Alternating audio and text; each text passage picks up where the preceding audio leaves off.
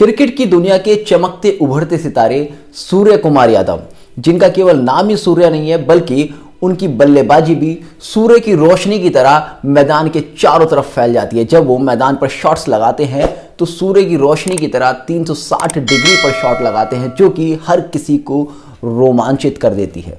आज की इस वीडियो में हम उन्हीं सूर्य कुमार यादव की जन्म कुंडली का विश्लेषण करने वाले विश्लेषण करेंगे कि उनकी जन्म कुंडली में ऐसे कौन से राजयोग हैं जो कि उनको इतना फेमस क्रिकेटर, इतना सक्सेसफुल क्रिकेटर बनाते हैं, और ऐसे कौन से दुर्योग उनकी जन्म कुंडली में हैं जिनके कारण कि इतना टैलेंटेड बल्लेबाज होने के बाद भी उनको 30 वर्ष की आयु में भारतीय क्रिकेट टीम के लिए खेलने का सौभाग्य मिला। 2011 में उन्होंने मुंबई इंडियंस के लिए खेलना शुरू किया था और उसके बाद से अब तक भी उनको भारतीय क्रिकेट टीम में स्थान नहीं मिल पाया था। सूर्य कुमार यादव का जन्म 14 सितंबर 1990 को हुआ है और जीव लगन के आधार पर हम उनकी जन्म कुंडली का विश्लेषण करने वाले हैं। सबसे पहले इस कुंडली के कुछ शुभ योगों के बारे में बात करते हैं। आप देखेंगे इस कुंडली में गुरु, जो कि जीव कारक ग्रह है, वो अपनी उच्च राशि में केतु के साथ बैठकर यहां पे मत्स्य योग का निर्माण कर रहा है। गुरु केतु की युति और मत्स्य योग पर मैंने अपनी एक डिटेल वीडियो बनाई थी। उसमें मैंने बहुत ही क्लियरली कहा था कि जब भी किसी व्यक्ति की कुंडली में गुरु केतु का योग बनता है तो ऐसे लोग बहुत ही टैलेंटेड होते हैं, ऐसे लोगों के अंदर क्षमता बहुत ज़्यादा होती है, ऐसे लोगों का जो फोकस होता है वो अपने वर्क पर पूरी तरह से होता है, जैसे कि सूर्य कुमार यादव में है। उनका बल्लेबाजी पर पूरा फोकस है।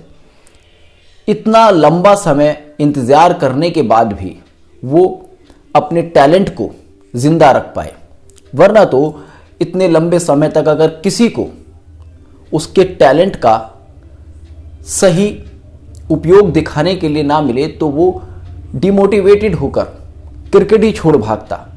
मगर सूर्य कुमार यादव गुरु केतु की इस युति के कारण एकदम फोकस्ड पर्सन है। उसके बाद ये एक स्पिरिचुअल पर्सनालिटी हैं और साथ ही साथ ये मैदान पर अपने पूरे कंट्रोल के साथ खेलना और उतरना जानते हैं, क्योंकि गुरु हमारी प्राण शक्ति का कारक भी ग्रह है और केतु एक कंट्रोलर है। गुरु हमारे जीव का कारक ग्रह है और केतु एक कंट्रोलर है। वो हमारी प्राण शक्ति को और हमारी जीवन शक्ति को कंट्रोल करके रखता है और वो हमें लाइफ में चीज़ों पर फोकस करने में हेल्प करता है। आप किसी भी व्यक्ति की कुंडली में देखिएगा, अगर गुरु केतु शुभ भावों में, शुभ राशियों में हो तो वहां पर व्यक्ति को वो सक्सेस देता ही देता है, फोकस करने की क्षमता देता ही देता है। और इस कुंडली में तो आप देखेंगे सिंह राशि में बुध वक्री होकर बैठा है और वक्री होकर वो गुरु और केतु से अपना संबंध बना रहा है। तो ऐसे में यहाँ पर ब्राह्मण गण और मत्स्य दोनों ही योगों का निर्माण होता है और ये दोनों ही योग जब किसी व्यक्ति की कुंडली में बनते हैं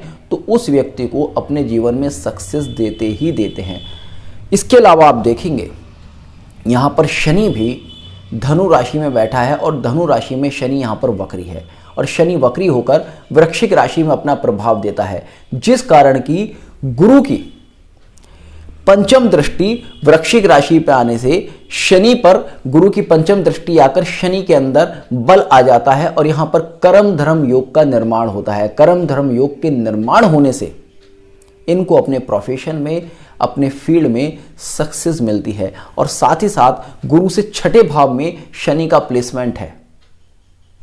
मैंने एक वीडियो पहले बनाई थी और उसमें कहा था कि जब भी जीव लगन से छठे भाव में या गुरु से छठे भाव में या फिर कुंडली के छठे भाव में कोई ग्रह बैठा हो और उसका लग्न से अथवा लग्नेश से अथवा गुरु से संबंध बनता है तो ऐसे व्यक्ति के अंदर रिस्क लेने की क्षमता बहुत ज़्यादा होती है।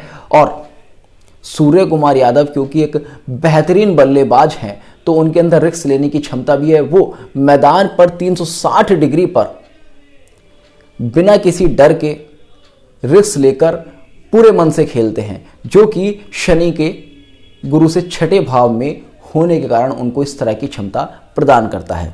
इसके बाद आप देखेंगे शनि से नवम भाव में, शनि के भाग्य भाव में सूर्य बैठा है, शुक्र बैठा है। सूर्य जब भी शनि के भाग्य भाव में बैठता है तो शनि क्योंकि हमारे कर्म का कारक ग्रह है तो हमारे कर्म में सूर्य का तेज आ जाता है, सूर्य की सक्सेस आ जाती है। तो इसलिए इनके कर्म में इनको अपने प्रोफेशन में सक्सेस मिलती है और शुक्र के कारण पैसा मिलता है। यानी कि आपके भाग्य में सक्सेस और पैसा दोनों हैं। अब बात कर लेते हैं इस कुंडली के दुर्योगों के बारे में। ऐसे कौन सा दुर्योग इस जन्म कुंडली में था जिस कारण कि इतने टैलेंटेड बल्लेबाज होने के बाद भी उनको एक सही आयु में सही मौका नहीं मिल पाया। अगर उनको अब से 10 साल पहले ये मौका मिल गया होता तो सोचिएगा कितने कीर्तिमान ये आज स्थापित कर चुके होते। देखिएगा, सबसे पहला योग इस कुंडली का जो है वो है शनि के द्वितीय भाव में राहु का बैठना। किसी भी जन्म कुंडली में अगर शनि का संबंध राहु से बनता है और स्पेशली शनि से ज़्यादा डिग्री का राहु हो या शनि के द्वितीय भाव में राहु हो तो ऐसे में व्यक्ति के जीवन के आरंभिक 30 साल वेस्ट होने के बहुत ज़्यादा चांसेस होते हैं। अगर किसी व्यक्ति के आरंभिक 30 साल वेस्ट ना भी हों तो उस व्यक्ति को अपनी लाइफ में सक्सेस पाने के लिए शुरू के 30 साल बहुत ज़्यादा स्ट्रगल करना पड़ता है, ऐसा देखा गया है। और उसके बाद आप देखेंगे इस कुंडली में राहु के त्रिकोण में मंगल भी बैठा है। तो ऐसे में राहु और मंगल का ये संबंध शनि के लिए और भी ज़्यादा प्रॉब्लमेटिक बन जाता है, जिस कारण कि इनकी लाइफ के 30 साल इनको जो नेम फेम सक्सेस मिलनी थी वो नहीं मिल पाई।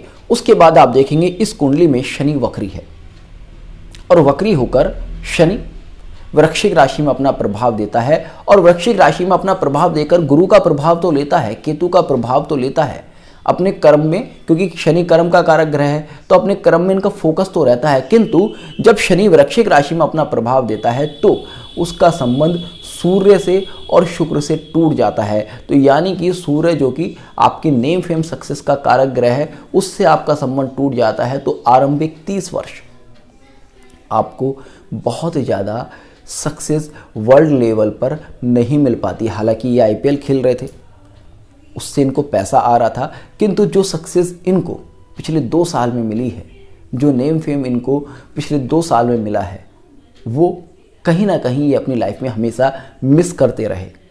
अगर ये पहले से खेलते तो आज तो विराट कोहली के बराबर या उससे भी ज़्यादा शायद सक्सेसफुल होते, क्योंकि इनकी बल्लेबाजी में जो धार दिखती है वो इस समय इंडियन टीम के किसी भी बल्लेबाज में नहीं दिखती है। इसके बाद आप देखेंगे शनि के ऊपर सप्तम दृष्टि है चंद्र की और शनि का संबंध अगले भाव में राहु से बनता है। तो शनि का जब चंद्र से संबंध बनता है तो वो कहीं ना कहीं आपके प्रोफेशन में एक मूवमेंट देखने की कोशिश करता है, एक भाग दौड़ देने की कोशिश करता है। शनि और चंद्र का संबंध जब किसी कुंडली में बनता है तो आपको प्रोफेशनल सक्सेस तो देता है, किंतु अगर ये योग पीड़ित हो जाए, अगर ये योग पीड़ित हो जाए तो वो जो सक्सेस देगा वो एक स्ट्रगल के बाद देगा। और यही योग जब सक्सेस देने पर आता है तो व्यक्ति को हाई लेवल की सक्सेस देता है, क्योंकि शनि के ऊपर जब सूर्य और चंद्र जैसे ग्रहों का प्रभाव आता है तो व्यक्ति रातों रात चमक जाता है। जैसे कि सूर्य कुमार यादव इंडियन टीम में सिलेक्शन हुआ और सिलेक्शन होने के बाद ज़बरदस्त इनका एक टाइम शुरू हुआ और ये चमक गए। अब बात करते हैं इनके आने वाले समय के बारे में।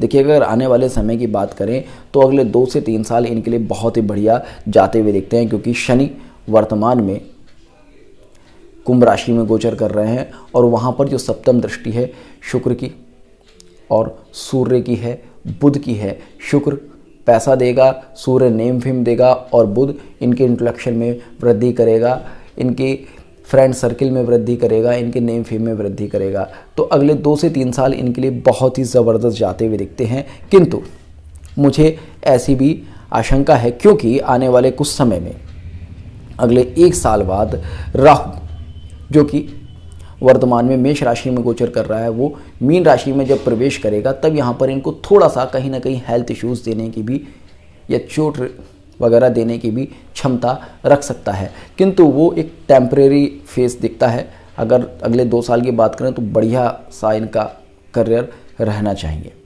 तो होपफुली आपको आज का वीडियो पसंद आया होगा। तो जुड़े रहिए एस्ट्रो सूत्र के साथ, मिलते हैं नेक्स्ट वीडियो में। तब तक के लिए जय हिंद, जय भारत।